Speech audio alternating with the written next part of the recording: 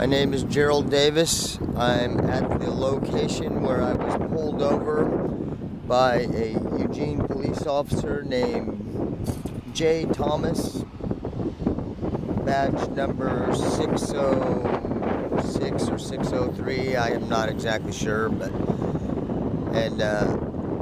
interestingly enough, this location I've been pulled over at some time before, around the same time of evening, sometime between 12 and 1, and I was pulled over because when you come from 99, where these cars are coming from, and you start heading down Prairie Road towards, you either go to the right lane towards Maxwell, or after coming past the tracks, you have a short distance to get in the left lane to go forward to Prairie Road. And interestingly enough, some years ago, I was pulled over because when I came around the corner there, traffic was a little heavier at that time, but I made the mistake of changing lanes, turning the corner from 99, and I was pulled over from an officer for doing a lane change on the tracks. And since then, I've always been conscious of coming around those tracks, and you just saw that car do what I got pulled over for some years ago. That one stayed in his right lane, I think, but oddly enough, as I sit here and video record, you'll notice that many people come around and they change lanes there on the tracks. And because of me being aware of that, I always stayed to the right lane, conscious of going around that corner. Well, Officer J. Thomas was on 99 and hadn't even turned the corner when I proceeded around this corner. And I turned there, and the officer stated, he stated that I was going under the speed limit, and he claims I did some type of traffic violation, some type of illegal lane change or erratic move, whatever he says.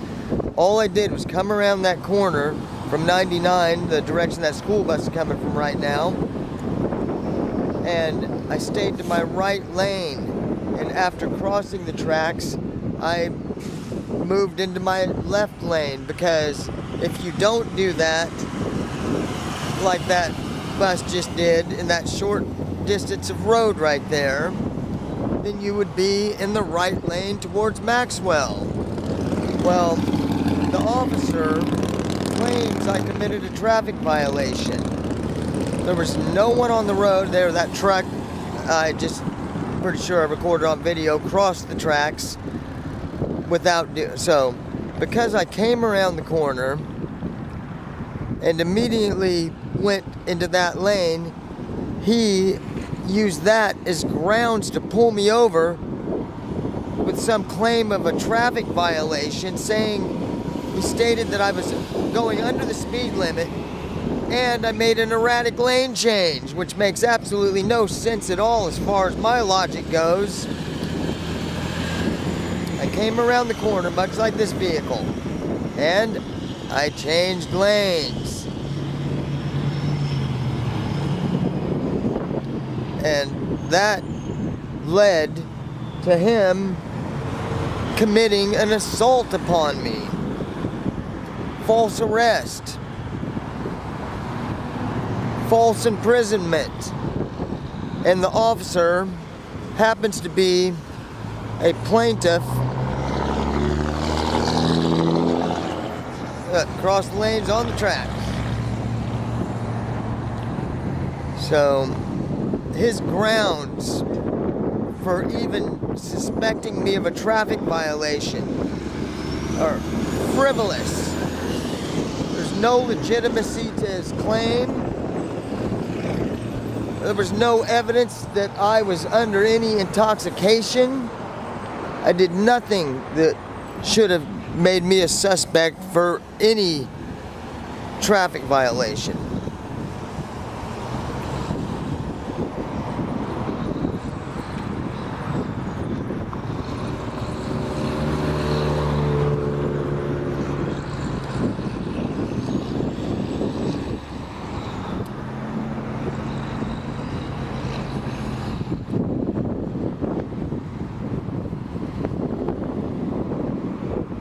Yeah, you're not supposed to.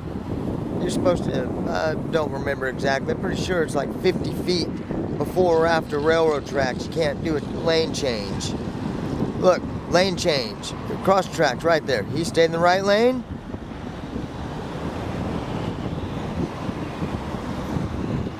Yeah.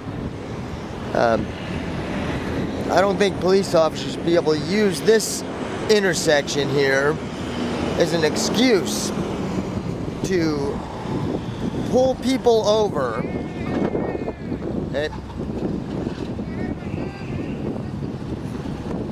People shouldn't be, the police should not be able to use something like this to pull people over with the excuse of violating some committing some traffic infraction. And like I said, I've been stopped by Eugene police officers twice in the same location, and unfortunately this time it escalated into an assault being committed upon myself by a Eugene police officer, Jay Thomas, and he had some collaboration in his criminal assault, which led to my false arrest. Other officers were also on the scene and I believe are just as guilty of the conduct as Jay Smith. Jay Smith wasn't the one who broke the window. It was one of his collaborators.